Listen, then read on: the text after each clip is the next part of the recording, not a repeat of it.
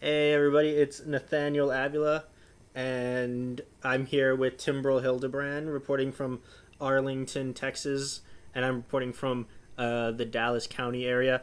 And today we're talking about Artemis Fowl. Is that right? That is correct.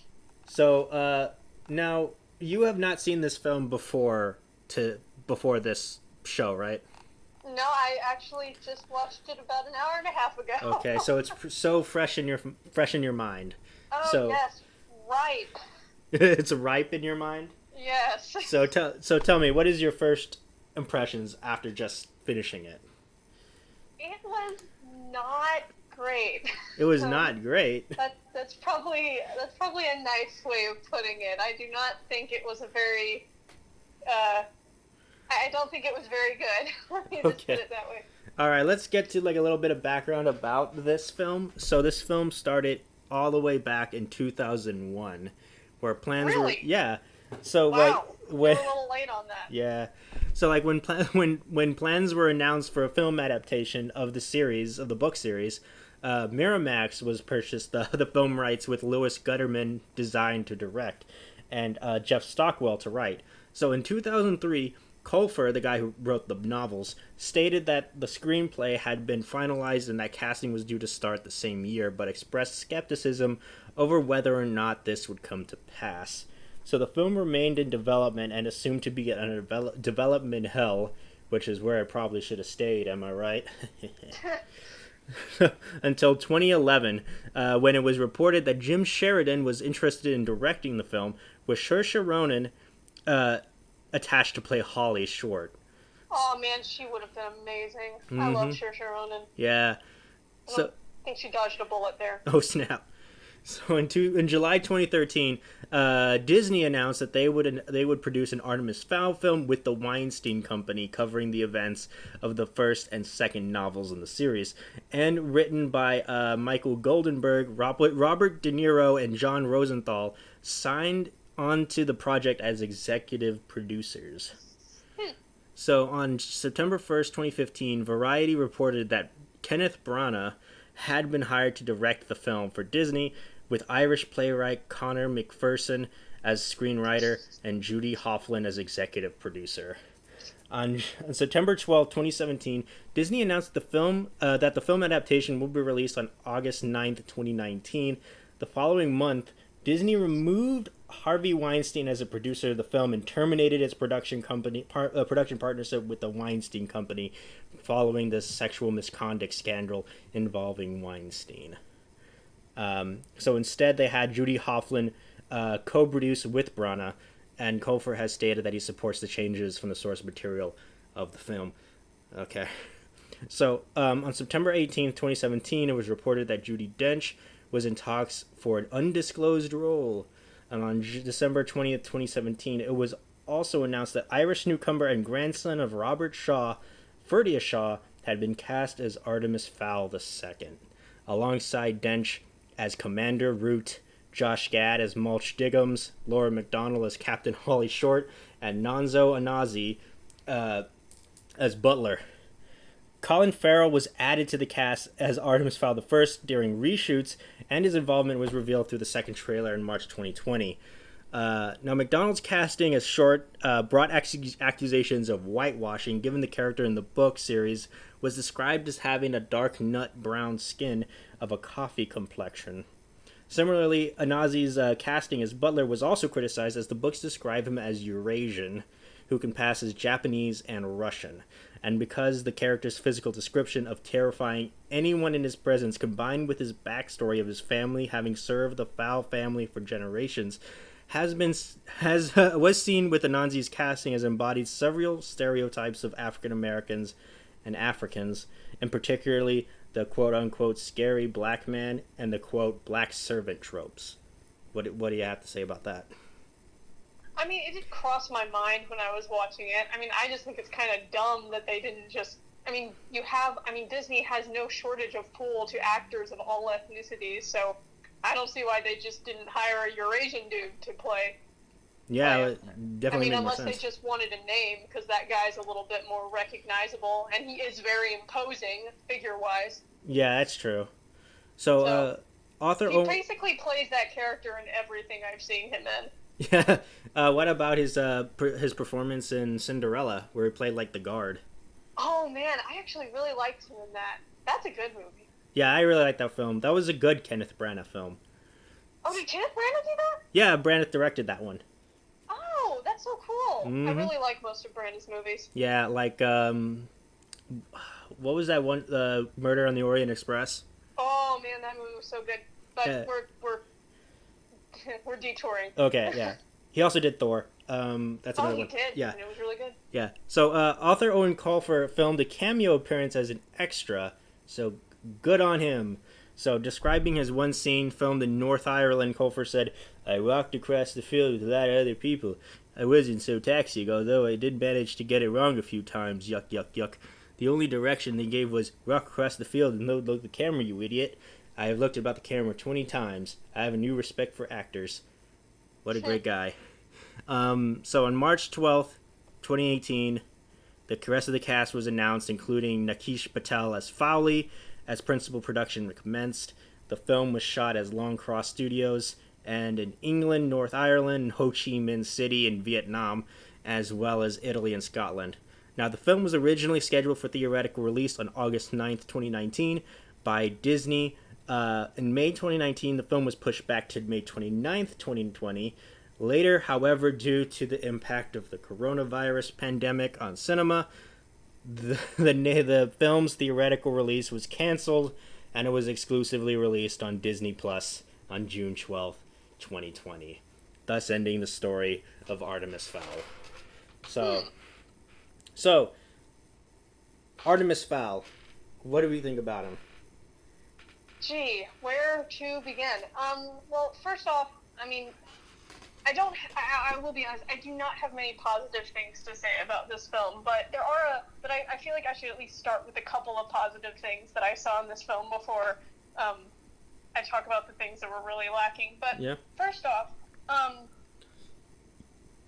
do think that the child actors that they had playing some of the leading roles, particularly Holly, were very good. I could tell that they really had some chops, despite the fact that the script was not very good. I'll be honest, the kid who plays Artemis Fowl, I wasn't blown away with, but mostly because they wrote... The thing is, I've never read the books. Right. So I don't know the story. I don't know what he's supposed to be like, but I think overall their leading character, their main character, Artemis Fowl, was pretty unlikable. He didn't have much depth, and what particularly irritated me was that, like, he always had a backup plan or something like that. It was like he's always in control at all times. He didn't face any considerable setbacks as a character. It's like, oh, you thought you had me? Well, actually, I planned A, B, C, D because I knew you were going to do E, F, G, you know?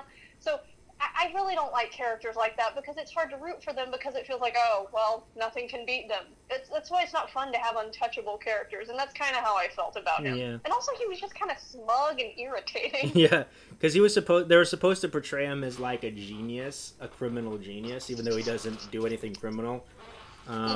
And the only reason why we know he's a criminal is because he says he's a criminal at the end. Yeah, I was real confused. At the end, I'm like, criminal, but you haven't really stolen anything. Yeah, I know. He never did any crimes at all. And there were some things with his A, B, C, D thing where he was planning ahead and all that kind of stuff. There's some of these things, like, he had no way of knowing that was going to happen. No, this 12-year-old kid, there's no way, genius or not, there's no way. Yeah. No way. Like the fact that the time warp portal thing around the Fowl Manor only lasts for like 23 minutes. There was no way he could have known that. I don't know. I guess they were probably trying to insinuate that his dad taught him about the lore or something. I don't know. It wasn't very clear. Yeah, that was another thing about the father. Now.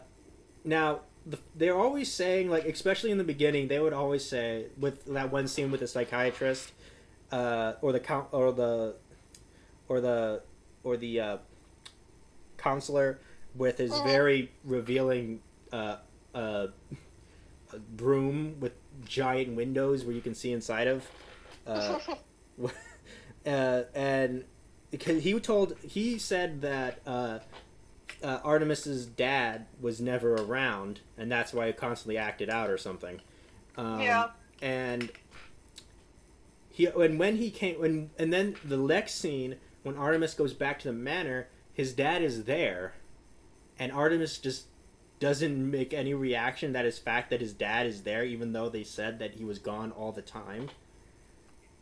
Yeah, I mean, that was another thing that was really lacking in this film, because the reason, something that stuck out to me once I got to the end of the movie, what I realized is that they didn't, focus this movie through the eyes of Artemis. If Artemis was supposed to be the main character, I think they failed in developing him. The more developed and interesting character was Holly.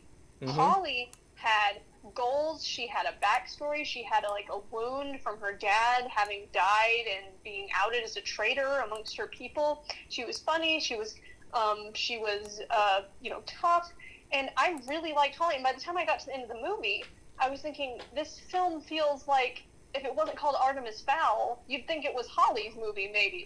That's the thing, there was a large disparity in camera time for characters, so that it wasn't very clear who was the main character, besides the fact that the movie is called Artemis Fowl. Right.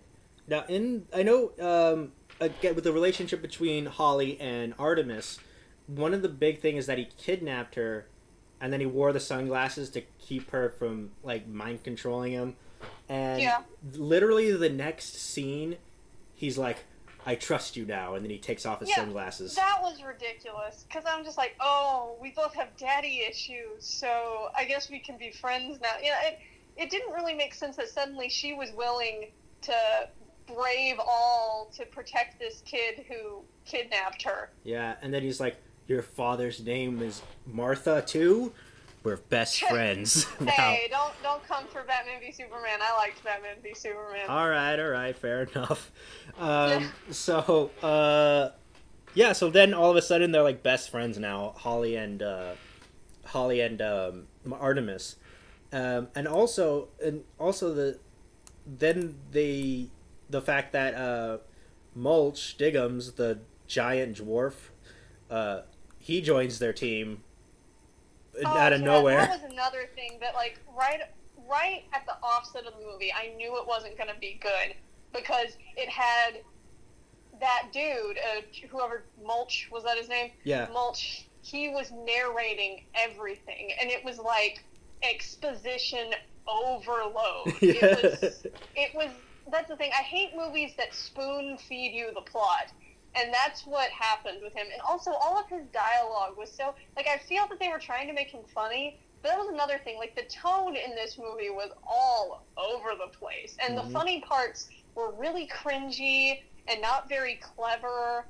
And, a lot of these big actors who are in this, I was almost pained to see Judi Dench doing that weird, gravelly voice she was doing. I'm like, Judi Dench, you're amazing. Why are you in this movie? You were just off of your hit film Cats. Okay, so she's had some tough ones.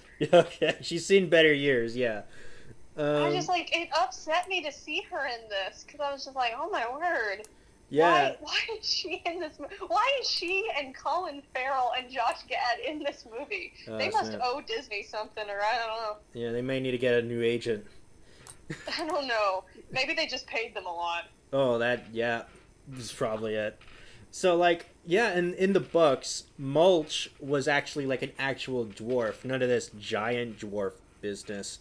Oh, seriously? Yeah, he was, an actual dwarf. I don't know why... That's funny. I don't know why they made him, a giant dwarf, meaning he's just a regular-sized guy. I don't know why they just couldn't have made him just an actual dwarf.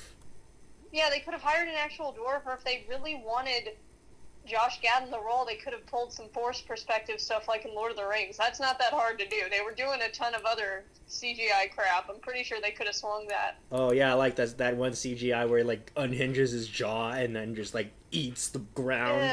And it was just... it wasn't good.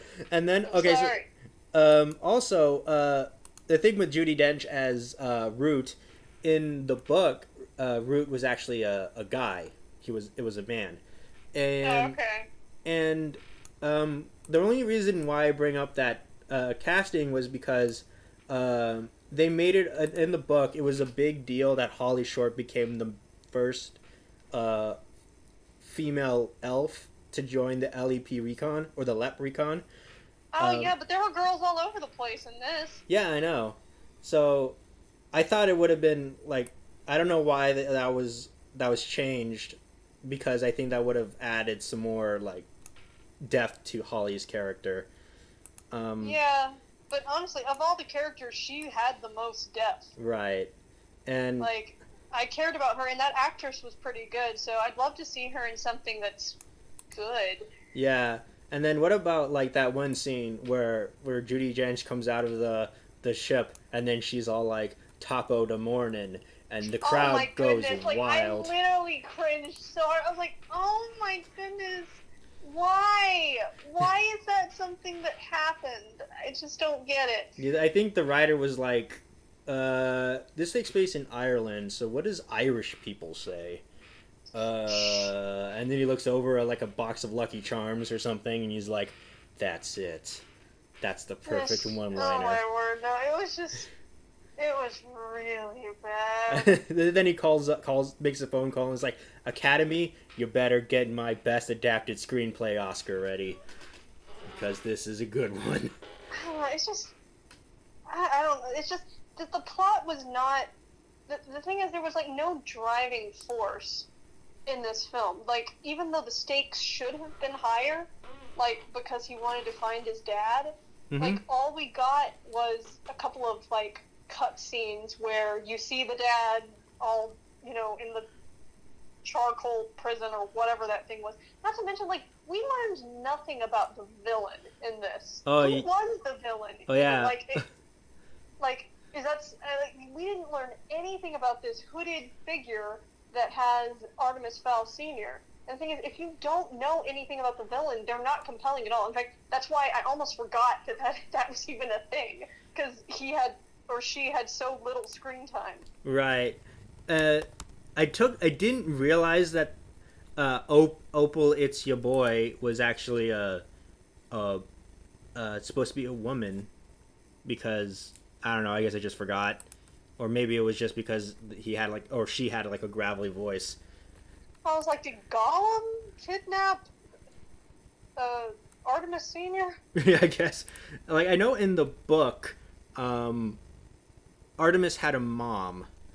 He had a mother in the book, and So his mom was alive in the book? yeah, his mom was alive in the book, and and the entire reason why, and also in the book, his dad never makes an appearance in the entire first novel. Oh, seriously? Yeah, and the entire reason was because of his Artemis's mom went crazy after his father's disappearance, and basically locked herself in a room the entire time. And So the story here is completely different then. yeah, and in the book, Artemis was actually like a pretty like actual deviant Hans Gruber type person, and when we see his relationship with his mom, that's when we're supposed to see like this like change in him, that he actually cares for other people, but that wasn't the case in this film. Yeah, he really didn't have much of a personality. Like, the thing is like whether or not it's true to the book, let's set that aside. The thing is, if we had developed the relationship between him and his dad more before his dad went off, we would have cared about Artemis more. But the thing is, we saw no meaningful relationships with Artemis or anyone else. So, and we didn't get to see time with like just Artemis by himself, where we got to know Artemis a little bit. Yeah. And we didn't really get to know Artemis. We just saw him do things. You're right. Did he ever do anything that was actually like reminiscent to his genius? I mean, not really, besides the fact that apparently he has 500 contingency plans. Like, the only... I'm sorry, I can't stand characters that like, oh, well, you have a bulletproof vest? Well, I have a bulletproof vest-proof bullet, like stuff like that. It's frustrating. Yeah, I know. Like, the only way we can ever know about Artemis's genius was because Mulch in his narration was like, he's a genius. He does all this like they stuff. just tell, and that's the thing. Like that's like the first thing you learn about screenwriting is it's always better to show things than tell them. And I felt like in this movie, what they did is they told us a bunch of stuff, and we didn't really see anything. Right. Plus, it felt like there were some like throwaway characters. I guess there was one character that felt really throwaway. Was that girl that Dom brought in, his niece or whatever? Oh yeah, Juliet. Juliet, like, she seemed interesting, and I recognized that actress. She was in that movie Wonder, and she's really good. So I was excited to see, like, where that relationship with her and Artemis was going, like, how that was going to interact, who she was. But no, it was, like, I don't even know why she was there. Because she had maybe 2 or 3 lines, and then she was just there. Right. Like, okay, yeah, Tamara Smart was definitely wasted in this, as a wasted potential in this film. Because, is that who she is? Yeah, that's the actress's name. Oh, okay. And according to this Wikipedia article, it says that she's Artemis's best friend, which I did not get. You couldn't tell from the movie. I could not tell from the movie. They talked maybe twice. Yeah, they talked twice, and I bet like the screenwriter was like, so why do we need Tamara Smart and I mean Juliet in this film? And then the screenwriter is like, because she needs to give Holly a sandwich, duh. And then they're like, okay. Yeah, she just brought Artemis a sandwich, and that was it.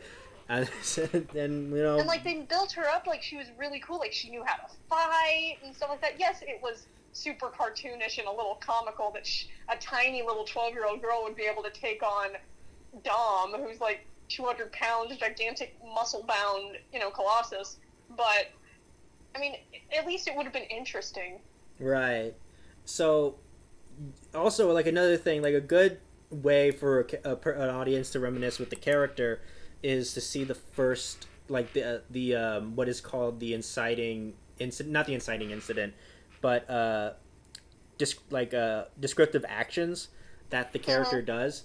And the first thing that we find that Artemis does is that he surfs in the beginning of the film. Yeah, that's about it. The first thing I think about when I think of Ireland is surfing. Yeah. And then, that never comes up again. We never see him surf again.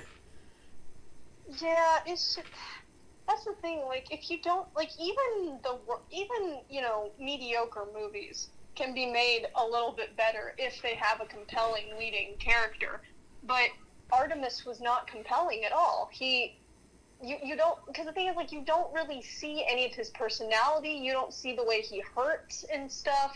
Like, they give you little bitty hints of it, but then it's back to him just being a know-it-all and being in charge of everything. And that's why know-it-all characters that don't have anything go wrong to them aren't compelling.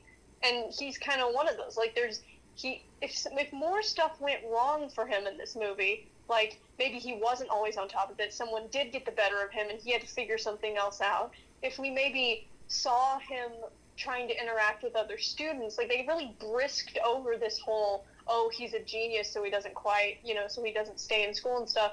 They could have shown us that a little bit more, show him how he doesn't fit in with people his age, so that adds a little bit to that wound. Like, even if he's a little bit of a jerk and is really smart, we'd still like him a little bit more because we'd see him struggle, I guess. Right. I remember, like, one of the first things he says when he was with the counselor who never shows up again, was like, who do you look up to? And he's like, I look up to Albert Einstein.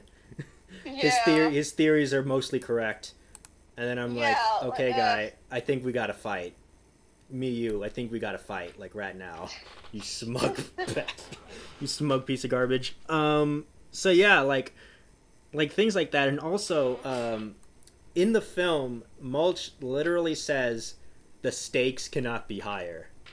But that was so untrue. There were, like, no stakes. Yeah, I mean, but, like... Or at least there were stakes, but they didn't really extrapolate on them. Because, there should be high stakes in this. Like, his dad is, facing imminent peril. But the thing is, since all we have to go on for his peril is one phone call between him and his son, and then just a couple of little inserts where we see, oh, yep, he's still there, and he's still got that, thing eating him or whatever. Yeah. I feel like if maybe throughout the movie they had, I don't know, I guess they just couldn't really decide what the focus of the film was, because it just seemed really, like, Artemis's whole plan just it didn't seem realistic. Now, obviously, this film isn't realistic. It's a cool concept, I think, to have this sort of futuristic but fantasy world. I think that's neat. But when it comes to Artemis, it's like, this was Artemis's plan. He's going to kidnap a fairy on the off chance that the entire fairy army is going to show up, and he'll negotiate for this thing, which he has no idea what it is, let alone he doesn't know if they would know what it was or if they would have it. All of his plan seems like what is his plan? It's not clear. It only falls into place because the plot determines that it does. Right. And the Oculus, the acorn thing, it ended up being in the manor the whole time. Yeah, honestly, I was watching, I'm like, are you kidding me? It was inside the house this whole time? Yeah, and another thing, Mulch was supposed to have dug himself into the manor, but somehow he dug himself into the second floor. How did that work? I didn't even notice that. Yeah. So, a bunch of stuff just doesn't make sense. And, another thing, how do we feel about this film taking place mostly at the manor? That also makes it pretty boring, because, our leading character, that's why I'm saying again that Holly is way more of a compelling character in this film than Artemis is. We see Holly hurt, we see her care about other people in that random scene where a troll attacked an Italian wedding, which really did nothing except allow for them to show how the fairy time freeze thingy works. Mm-hmm. But we see her care about the little girl. She's brave, she's vulnerable, she's also we see all this stuff in her. She's way more interesting than Artemis is. Right. So do you think this film would have done better if it went into theaters instead of Disney Plus? I don't think it would have done well. But you know what? It might have, because a bunch of kids might not care about, they might just go for the Flash, so it might have done fine. Yeah. Who can say? I'm glad that I didn't have to pay $12 for a movie ticket to see this film. Oh, I wouldn't have paid. I could tell from the trailer that this wasn't going to be great. Okay. Yeah, I forked over $30 to watch the Mulan remake. Why? Never mind.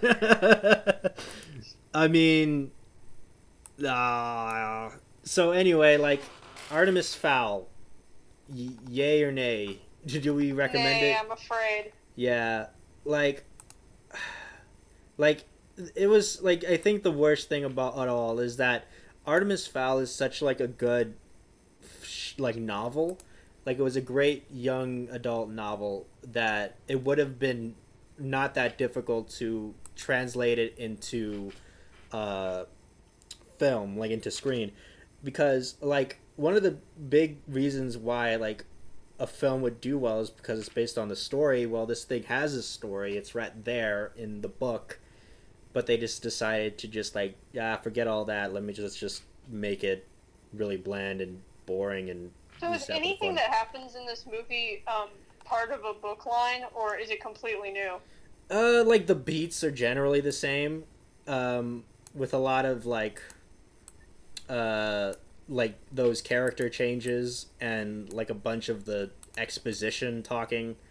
Yeah, that whole thing with Mulch talking to MI6 or something. Yeah. That wasn't in the book. Well, it wasn't very good. and then Artemis rescues him from MI6, and then they fly into the sunset. The day is saved. I guess. Yeah, I mean, like also like the reason why Holly and Artemis team up in the book was because the troll was went loose, and Artemis didn't know how to stop it. So the only one person that he knew how to stop it was Holly. So he released Holly, and Holly helped him only because the troll was going all over the place, and she needed to Mm-hmm. stop it. So I think it would have been a lot better if that were the case instead of just saying like, "Hey, you're my friend now." Yeah. So, what rating would you give this film? Well, I guess as a filmmaker myself, I have to have a little bit of respect for the amount of time that while the story was not good and the dialogue was not great and it was pretty much a mess, I still have to give a lot of props to the people who worked on, like, the cinematography was still pretty good and the costume design was interesting. Like, a lot of the stuff they did was interesting, so I gotta give that credit. But overall, I'd probably give it about 5 out of 10 stars. 5 out of 10. That's very generous.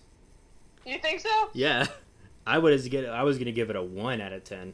A 1 out of 10? Yeah. Okay, an argument could be made for 4. Yeah. So like, I know that Kenneth Branagh is a good director. I've seen him make good things.